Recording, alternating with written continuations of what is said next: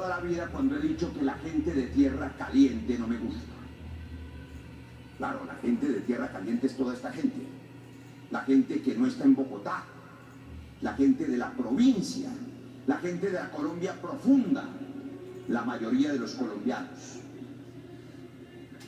La Constitución Política de los Estados Unidos de Colombia, senador Germán Hoyos, en 1863, determinó que estos territorios abandonados serían regidos por una ley especial, entendiendo que eran territorios poco poblados u ocupados por tribus, y que el Estado, los estados a que pertenezcan, porque recordemos que en el desorden durante todo el siglo XIX no había un estado, sino varios, que no eran otra cosa, y déjenme minimizarlos, que aquellos territorios donde había un gran gamonal o varios capaces de montar un ejército privado, que hoy llamaríamos paramilitar, pero que en esa época eran ejércitos legales, y que venían y se tomaban el poder en Bogotá, al frente de sus ejércitos. Esas fueron las 9 guerras civiles. Pues esos estados a que pertenezcan consienten en ceder al gobierno general estas regiones con el objeto de fomentar colonizaciones y realizar algunas mejoras materiales. Esta es la evolución del mapa de Colombia desde el año 1500 hasta el año 2000. Cómo ha crecido no solamente la principal actividad económica que ha sobrevivido estos siglos, la agricultura, la minería, el pastoreo, y ustedes ven, solo quiero notar, que la inmensa mayoría del mapa sigue determinado por lo que aquí se llama paisajes naturales, es decir, por zonas que no tienen una ordenada explotación ni colonización. Lo propio con las ciudades de Colombia. Aquí está la evolución territorial de nuestras ciudades, donde vivimos desde 1851. Primero, concentradas sobre la cordillera oriental, fueron creciendo con base en la economía del café y desarrollándose, acercándose a las costas. Para 1951 menos del 30% del territorio estaba resuelto a través de las principales ciudades, y el resto del país que ustedes ven en este mapa del 51 vacío, pues claro que había colombianos y claro que había territorio, pero no había estado. En 1985, ya ahora, hace poco, en nuestra generación, media Colombia sin desarrollos urbanos importantes, la consolidación solo de las 4 principales ciudades. Y en el 2014, solo para mencionar, porque ustedes han recorrido Colombia, sigue siendo medio país abandonado, sin institucionalidad. No solamente la Amazonía, la Orinoquía, los llanos orientales, fíjense ustedes el gran litoral de la costa pacífica. Allí no ha habido institucionalidad y Estado. ¿Y a qué nos referimos con que no hay? ¿Cuál es esa fragilidad estatal y su relación con el conflicto armado? Voy a pasar rápidamente por los mapas que ustedes ven de la presencia de los grupos ilegales desde el 85 hasta el 2012, cómo proliferan, y ustedes verán que tanto FARC como ELN, por supuesto, crecen igual que grupos paramilitares con mayor facilidad en las áreas precisamente donde no hay institucionalidad. Y las paso para compartirles cuáles son esos factores de fragilidad estatal que deben ser superados, para que no hablemos en abstracto. Y estoy diciendo eso, compañeros y compatriotas, porque la paz de la que hablamos y de la que algunos nos invitan a no hablar más, que porque está desgastada, no es el desarme de unos señores, vuelvo a repetirlo.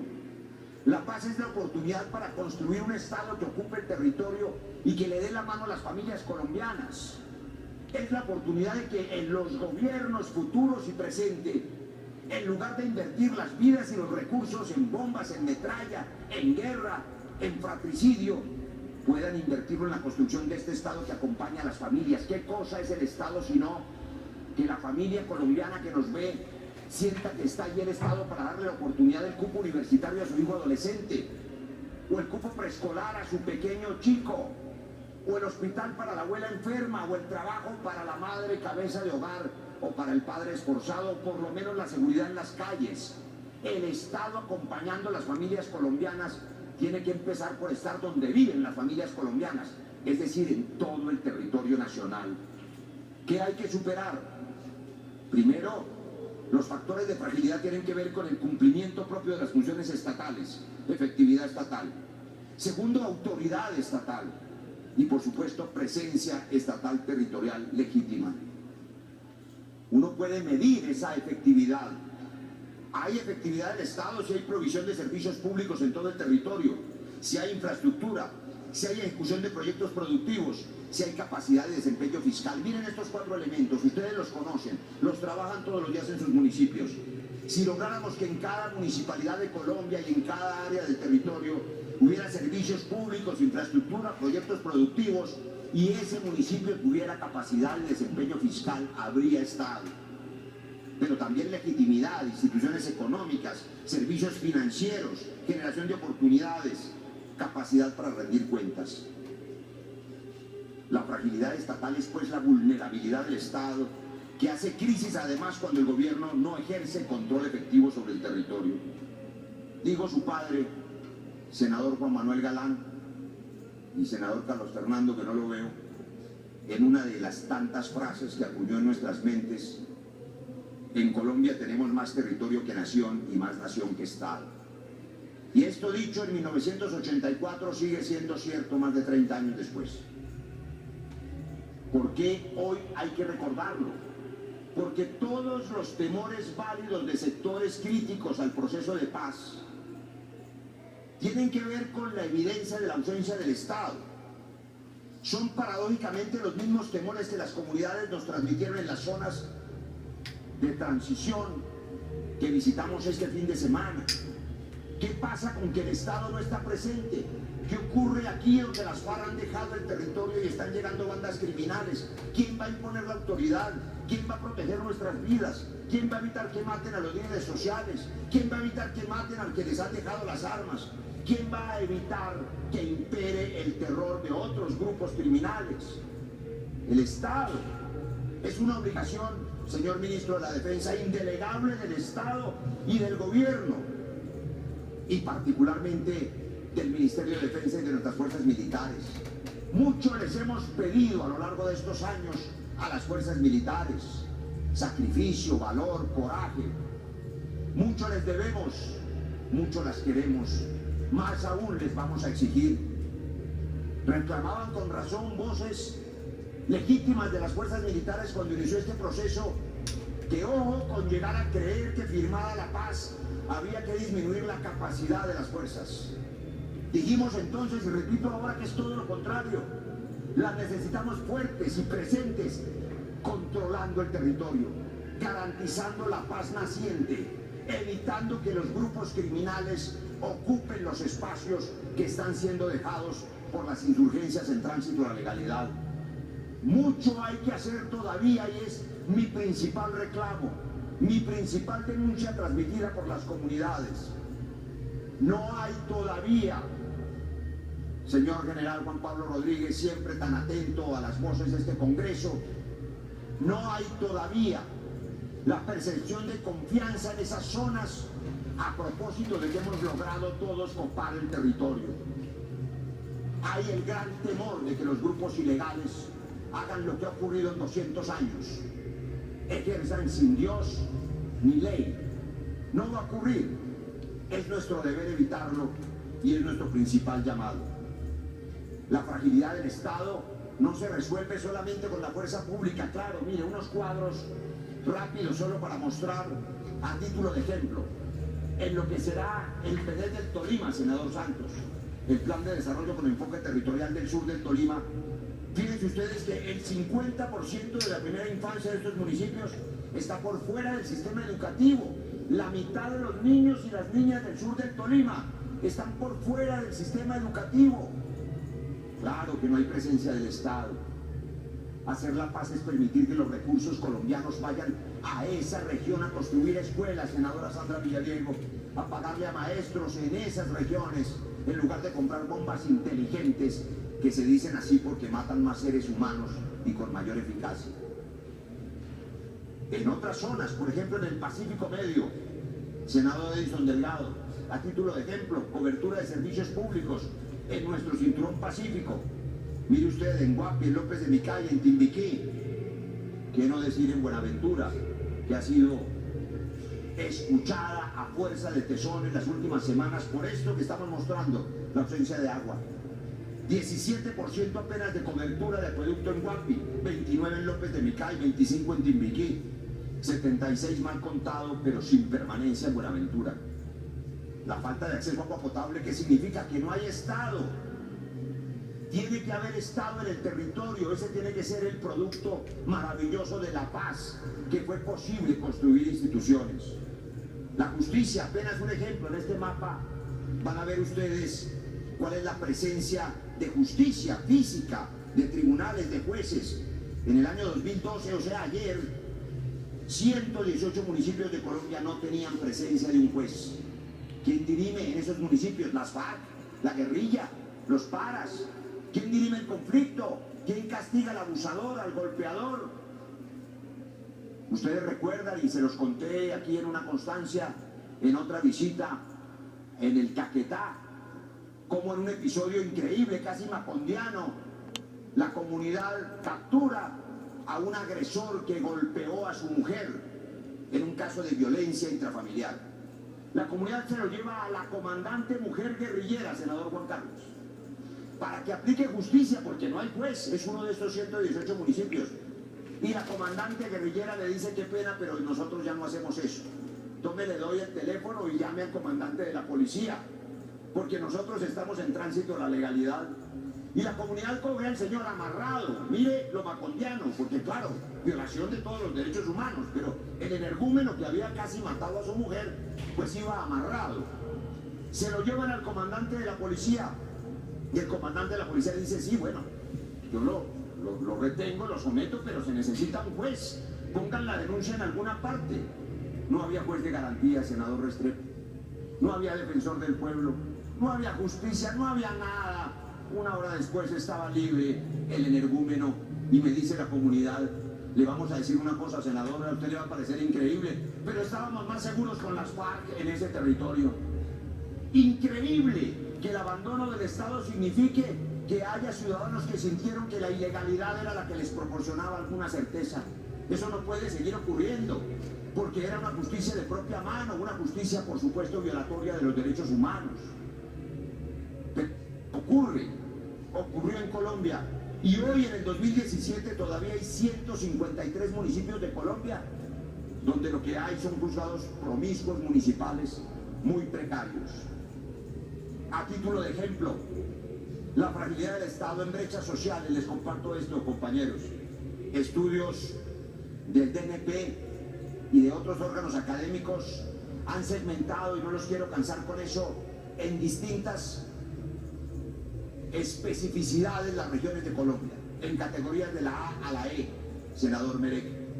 Y quieren mostrar en cada región de mediano desarrollo, incipiente desarrollo, completo desarrollo urbano, zona rural dispersa, zona rural integrada, en municipios similares, cuál es el mejor municipio y cómo están los demás municipios frente a ese mejor municipio. Y eso es el tamaño de la brecha social. Ya de hecho indica que entre esas regiones hay una gran brecha. Es decir, en el ejemplo que voy a mostrarles entre el Putumayo, senador Manuel Enríquez, usted que permanentemente camina esa región, y Bogotá, pues hay una brecha enorme. Pero cuando usted mira con lupa el Putumayo, senador Villalba, y usted mira la mejor ciudad que hay allí, que es Mocoa, antes de la tragedia, y usted ve los demás municipios del Putumayo, en cada casilla donde ustedes ven sí en cobertura, en pruebas saber, en analfabetismo, en mortalidad, quiere decir que ese municipio tiene una gran brecha social con su capital. Ya la capital es pobre, pero los pequeños municipios son más pobres que la capital. Ausencia del Estado, inversión en ese territorio, escuelas, maestros, profesores, enfermeras, jueces, vías terciarias. Ayer empezaron 29 puntos de trabajo de vías terciarias en Colombia en los caminos para la paz. La paz está ocurriendo, está pasando, pero tiene que ocurrir más rápido y de manera más permanente. Otros ejemplos. Claro, la fragilidad del Estado se refleja en los cultivos ilícitos. Basta mirar el mapa para no agotarlos, para que vean ustedes que en esas zonas donde hay ausencia del Estado, y la ha habido siempre, pues es donde fácilmente proliferan los cultivos ilícitos, senador Hechen. ¿Qué se ha logrado? Muchas cosas, apenas para recordar algunas. al 5 de junio del 17, o sea, al momento presente, senador Manuel Guillermo Mora, 1.549 días sin toma de poblaciones por parte de las FARC. Y es que como tuvimos 50 años de hechos violentos, entonces se nos olvida. 895 días sin retenes ilegales, 688 días sin emboscadas a la fuerza pública.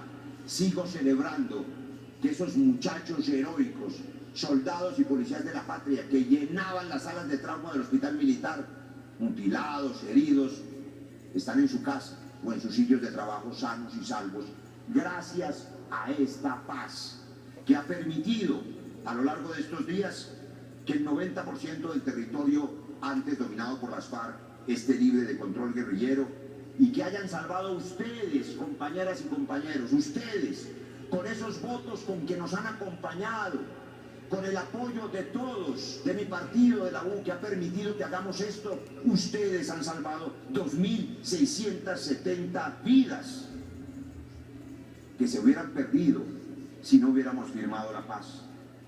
Y no solamente los homicidios que ustedes ven en el cuadro, como disminuyeron en un 96% en relación con el conflicto, sino las personas expulsadas de su territorio, que también han disminuido afortunadamente en un 68%. ¿Qué más hemos hecho? Estaba poniéndoles ejemplos de los PEDETs.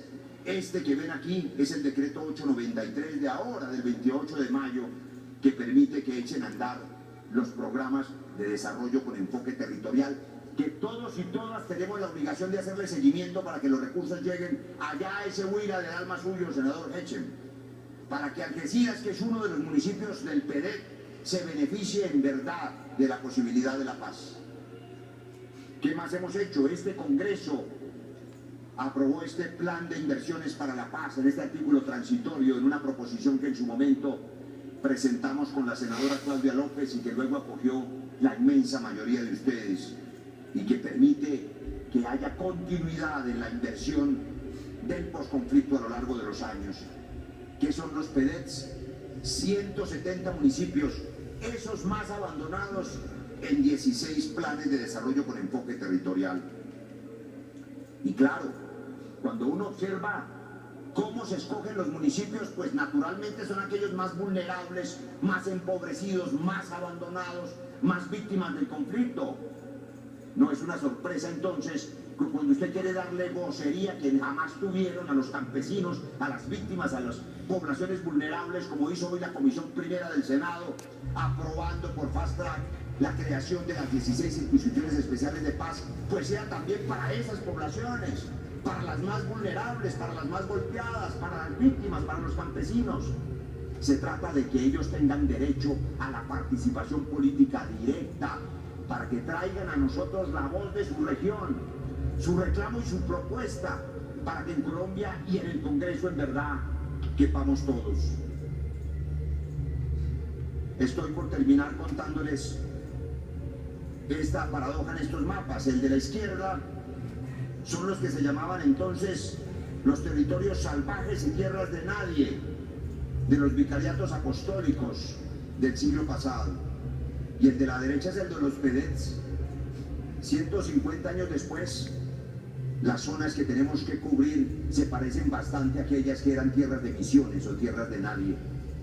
No ha habido Estado. Colombia ha sido una nación huérfana de Estado y es hora de construirlo en todo el territorio. Los 170 municipios, no voy a relatárselos todos, pero les traje solo como muestras dolorosas a aquellos más empobrecidos y más necesitados y más víctimas del conflicto. Murindó, Bocayá, San Jacinto, el Carmen de Bolívar, Santa Rosa del Sur, Carmen del Darién, todos ellos municipios víctimas del conflicto, pero además en todos ellos más del 90% de superación de necesidades básicas insatisfechas. Si el 90% de las necesidades básicas están insatisfechas, senador Eduardo Pulgar, pues es lo mismo que si no existiera ninguna institucionalidad. ¿Cuáles son los retos? ¿Cuáles los compromisos? Esos que están en el acuerdo y que en una exposición anterior se mencionaban casi que como denuncia. Pues claro que tenemos retos como